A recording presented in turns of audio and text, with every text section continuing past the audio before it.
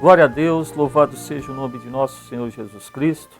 Dentro do nosso programa Panorama Bíblico, que é um programa da Igreja Evangélica da Paz, nós temos o quadro O que a Bíblia diz. E nós estamos abordando nessa semana que já se iniciou ontem e nas anteriores, o assunto com relação ao Espírito Santo. Nós já falamos aqui sobre dons do Espírito Santo, fruto do Espírito Santo, a deidade do Espírito Santo, a personalidade do Espírito Santo.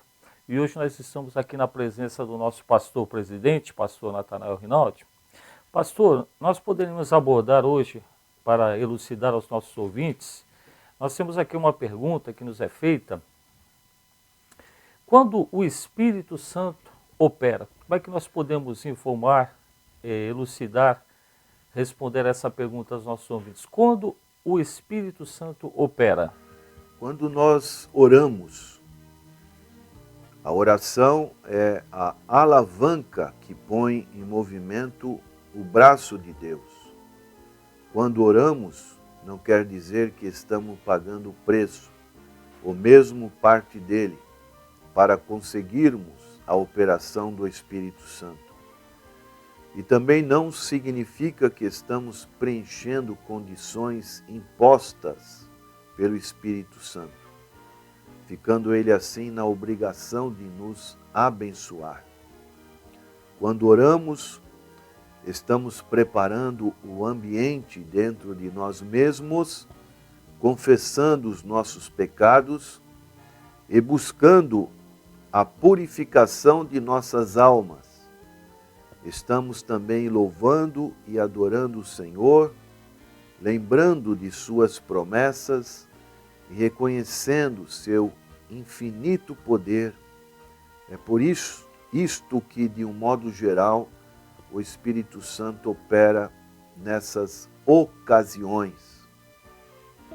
Amém, glória a Deus. Então, pastor, o senhor usou até um exemplo, exemplificou bem a questão da alavanca que põe em movimento o braço de Deus. Mas o senhor enfatizou bem que não quer dizer com isso que Deus tem a obrigação, ou seja, através da nossa oração, Deus tem a obrigação de estar assim nos atendendo, ou nós estejamos pagando algum preço nesse sentido. Nós sabemos que a operação do Espírito Santo também é uma graça divina que não que ocorre na vida do crente, mas a necessidade de oração. Então, o combustível, ou seja, o elemento que faz com que o Espírito Santo haja em nossas vidas sempre vai ser oração. Pastor, nós temos uma pergunta nesse sentido. Penso que o senhor vai enfatizar até essa questão do Espírito Santo, porque se nós estamos falando que a oração é que a alavanca que faz com que o braço de Deus movimente-se a nosso favor, nós temos uma pergunta do irmão. Ele nos pergunta o seguinte: por que a igreja de Corinto, ou seja, por que a igreja de Corinto havia ali tanto a manifestação dos dons do Espírito Santo? Nós vemos nas cartas de Paulo que ele fala que havia ali muita manifestação dos dons do Espírito Santo, mas havia tanto pecado de carnalidade no meio deles. Penso que essa pergunta ela vai ao encontro desse assunto que nós estamos falando. Por que a igreja de Corinto ela tinha tanta manifestação de dons, mas no entanto ela era tão levada, tão chegada, tão enraizada no pecado da carnalidade no meio deles? Nós vemos que o apóstolo Paulo teve que escrever até 2 epístolas, né? Primeira e segunda. Então, no contexto desta cidade de Corinto, uma cidade grega, uma cidade importante, também chamada uma cidade-estado. Naquela época, as cidades gregas eram independentes no seu governo. Ali tinha muita influência dos chamados filósofos gregos, muitos cultos, aonde a perversidade, aonde a questão das chamadas prostitutas cultuais estavam presentes. Então tudo isso trouxe essa influência para a igreja de Corinto. E o apóstolo Paulo, ele teve que escrever essas 2 epístolas.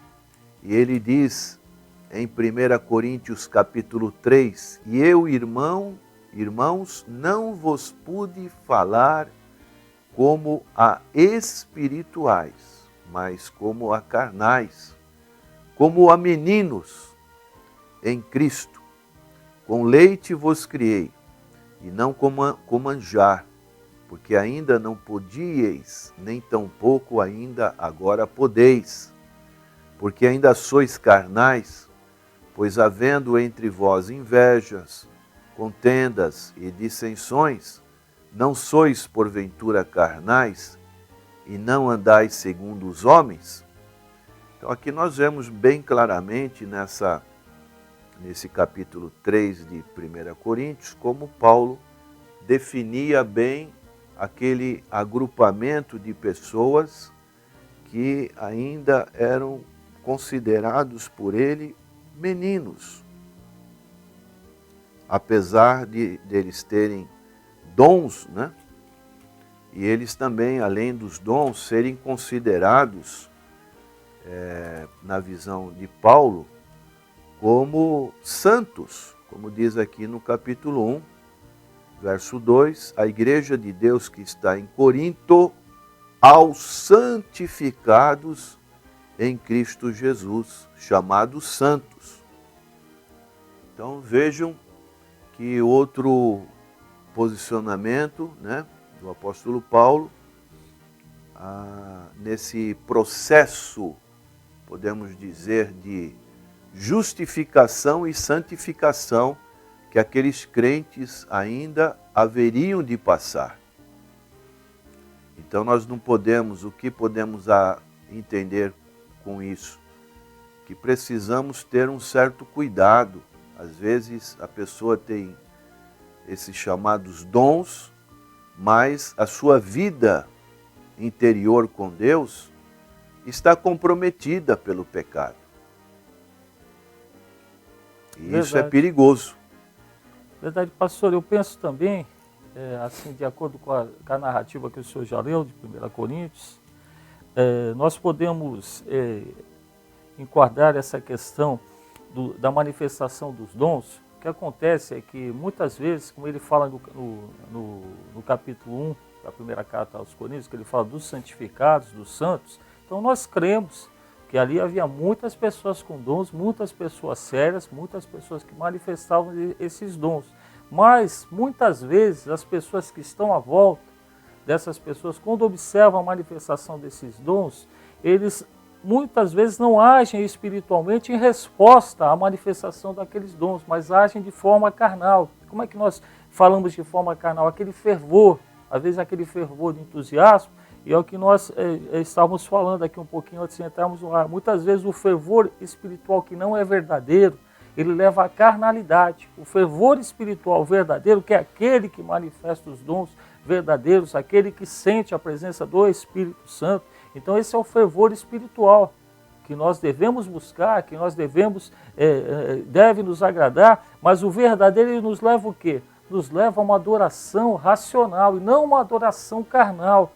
Então é algo que hoje, eu penso que o pastor pode fazer um comentário com relação a isso. Várias igrejas que nós vemos hoje, hoje tem um modismo que fala cair no Espírito. O pastor pode falar alguma coisa com relação a isso, cair no Espírito, ou receber o Espírito, ou viver no Espírito?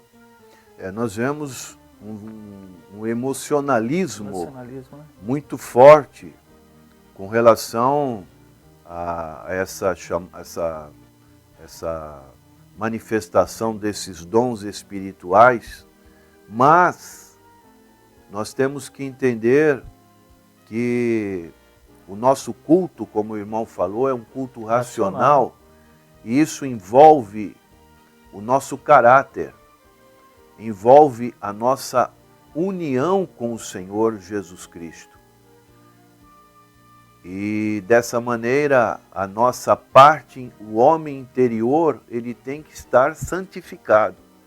Se ele tiver manifestações exteriores, é por algo que ocorre no seu interior, não ao contrário. Ele manifesta alguma coisa exterior, mas no seu interior, o seu coração é um coração cobiçoso, é um coração que pensa coisas ruins, Voltado extremamente para a carne, né, pastor? para a carne, coração que tem inveja, que faz partidarismo, isso é perigoso. Extremamente, não? E essas manifestações que nós vemos, como o pastor falou, que beiram a irracionalidade, se não são já a irracionalidade, se nós estamos falando, beirando uma maneira até comedida de falar, mas nós vemos manifestações que nada lembram a igreja primitiva. Nós não vemos manifestações na igreja primitiva desse tipo de manifestações que nós vemos hoje em muitos vídeos, em muitas apresentações que assim são feitas. Então penso que essa pergunta que nos foi feita pelo irmão, não houve identificação, a igreja de Corinto havia realmente manifestação de muitos dons do Espírito Santo, havia muitas pessoas sérias ali, mas havia uma boa parte, como o pastor falou, de influência filosófica. Paulo ali teve muito problema com o gnosticismo, com os estoicos, com os cênicos, são tudo filosofias totalmente contrárias à prática cristã. Se nós formos analisar, se nós formos nos aprofundar nesses estudos filosóficos, nós vamos ver que é totalmente contrário à palavra de Deus. E essas pessoas, elas vinham dessas doutrinas, elas vinham dessas filosofias. E ali é como nós podemos assim dizer, algumas pessoas que vão à igreja, como se a igreja fosse uma reunião social. Se há um grupo grande de pessoas ali que há interesse da parte deles, então eles ali frequentam, mas não buscam o encontro com Deus, o encontro com o nosso Senhor Jesus Cristo. O pastor também pensa assim, enfatiza mais alguma coisa nesse sentido? Podemos citar como, por exemplo, o que eles faziam com relação à divisão do corpo, no caso o homem exterior, do homem interior. Então, eles achavam, por exemplo, que com o corpo você poderia praticar o sexo à vontade. Exatamente. Porque o homem interior, como ele estava vivendo na graça, isso não iria ter nenhuma influência. E Paulo fala isso em 1 Coríntios 3, e depois ele vai ressaltar novamente em 1 Coríntios 6, quando ele diz assim que os nossos corpos são membros de Cristo. Eles não entendiam isso, ele chega ao ponto de dizer, fugir da prostituição. Todo pecado que o homem comete é fora do corpo, mas o que se prostitui peca contra o seu próprio corpo. Ou não sabeis que o nosso corpo é templo do Espírito Santo que habita em vós, proveniente de Deus, e que não sois de vós mesmos? Verdade. Porque fostes comprados por bom preço. Glorificai a Cristo no vosso corpo. Então eles queriam fazer algumas conjecturas, podemos dizer, religiosas, filosóficas, né? Para poder viver ainda no pecado e mesmo assim estarem justificados desse erro. E Paulo teve que enfrentar essa situação que também é própria dos nossos dias. Né? Amém. Então está aí a resposta ao nosso amado ouvinte. Penso que foi o suficiente para elucidar essa questão, mas é sempre importante nós falarmos a esse respeito, nós enquadramos essa pergunta nesse assunto, porque nós estamos falando da questão do Espírito Santo. A igreja onde o Espírito Santo opera, isso não pode acontecer, não deve acontecer, não por casualidade, não por obra humana, mas por obra divina. Onde o Espírito Santo opera, onde nós deixamos o Espírito Santo fluir, o culto ele tem que ser fluído através de quê? Através da unção do Espírito Santo. Isso que nós devemos buscar. Então nós devemos buscar quem? Buscar sempre o Espírito Santo, como o pastor falou, através do quê? Através da oração. Joelho no chão e oração. Buscar mais e mais o Espírito Santo. Podemos ainda ter um outro resumo desse assunto e dizer o que é mais importante para Deus, não para as pessoas. Nós estarmos utilizando de dons espirituais, mas termos uma vida irregular diante de Deus, ou não termos nenhum dom espiritual, mas, ao mesmo tempo, ter uma vida consagrada diante do Senhor. O que será que é mais importante? Na ótica de Deus, né? Eu penso que aquela pessoa que, mesmo que não manifeste nenhum dom, mas tem um coração quebrantado, coração consagrado, esse aí pode não estar agradando os homens, mas está agradando a Deus. Verdade. Porque Deus sabe o que vai no interior de cada um de nós. Né? Correto, correto.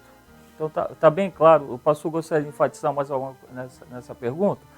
Na sequência, pastor, nós estamos falando na questão do Espírito Santo. Então o pastor já falou quando o Espírito Santo opera. A resposta simples e objetiva que o pastor deu foi quando oramos. O pastor citou.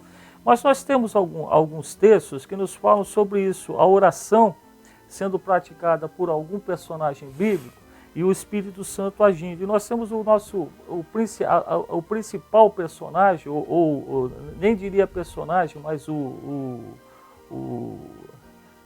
ser a quem nós servimos, o ser que nos salva, que é Jesus. Então Jesus, ele também foi ungido pelo Espírito Santo. O pastor poderia citar quando isso aconteceu, Jesus sendo ungido pelo Espírito Santo?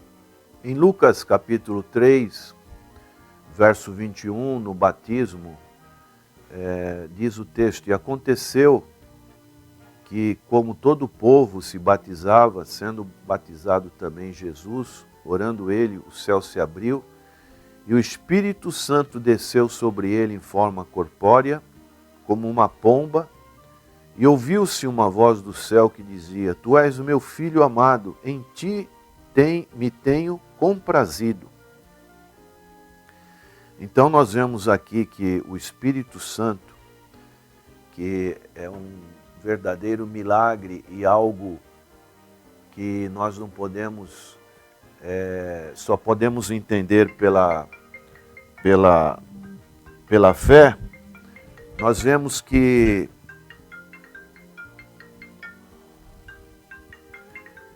o Espírito Santo concebeu inicialmente o Senhor Jesus Cristo, quando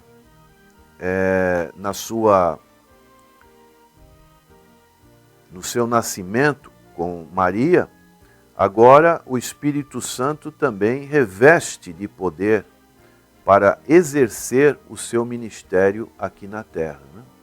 Então o Senhor Jesus foi ungido pelo Espírito quando batizado no Rio Jordão. E isso aconteceu depois dele estar orando ele, o céu se abriu e o Espírito Santo desceu sobre ele em forma corpórea. Amém. Nós temos também um outro texto, pastor, Atos 10, versículo 38, que fala assim: como Deus ungiu a Jesus de Nazaré com o Espírito Santo e com virtude, o qual andou fazendo bem e curando a todos os oprimidos do diabo, porque Deus era com ele. Então a vida de Jesus nada o impedia de receber a unção do Espírito Santo, depois que ele passa pelo batismo das águas para que toda a justiça fosse cumprida. Ele se sujeitou a esse batismo porque essa era a ordem do Pai.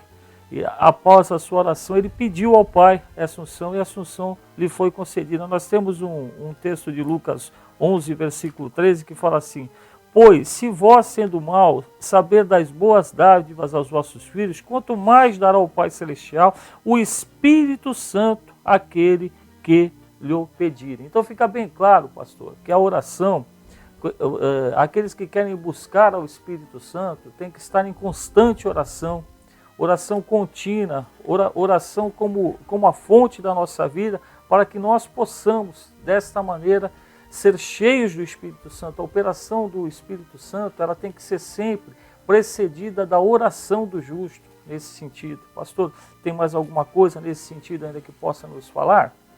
Nós vemos que o Espírito Santo é concedido ao crente a partir do novo nascimento, né, como o Senhor falou para Nicodemos, e depois os crentes passam a ter a presença permanente do Espírito Santo, conforme Romanos 8, verso 9 e 10 diz: vós, porém, não estáis na carne, mas no Espírito, se é que o Espírito de Deus habita em vós. Mas se alguém não tem o Espírito de Cristo, esse tal não é dele. E se Cristo está em vós, o corpo, na verdade, está morto por causa do pecado, mas o Espírito vive por causa da justiça. Maneiras que nós temos a presença do Espírito Santo e podemos ser cheios do Espírito Santo através do batismo com o Espírito Santo. Amém. Nós temos Plenitude. Os próprios apóstolos do Senhor e seus discípulos, eles foram cheios do Espírito Santo enquanto eles oravam. Nós temos 2 textos que falam sobre isso. Atos capítulo 1, versículo 14, fala que todos estes perseveravam unânimes em oração e súplicas com as mulheres e Maria, mãe de Jesus, e com seus irmãos. Já em Atos 2, versículo 1 a 4, nós lemos assim: e cumprindo-se o dia de Pentecostes, estavam todos concordemente no mesmo lugar. De repente veio do céu um som como de um vento veemente e impetuoso, e encheu toda a casa em que estavam assentados, e foram vistos por eles línguas repartidas como de fogo, as quais pousaram sobre cada um deles. E todos foram cheios do Espírito Santo e começaram a falar noutras línguas, conforme o Espírito Santo lhe concedia que falasse. Então nós vemos mais uma ação do Espírito Santo. Através do quê? Através da oração. Os discípulos, eles oraram, quando posteriormente eles foram cheios do Espírito Santo. Nós podemos ainda observar algumas ações que antecederam esse revestimento. Passou numa sequência, nós podemos dizer onde eles estavam, em Jerusalém, em obediência. O que antecedeu antes desse revestimento com o Espírito Santo? A promessa que o Senhor tinha dito em Lucas 24, 49, né? Ficai, porém, na cidade de Jerusalém, até que do alto sejais revestidos de poder.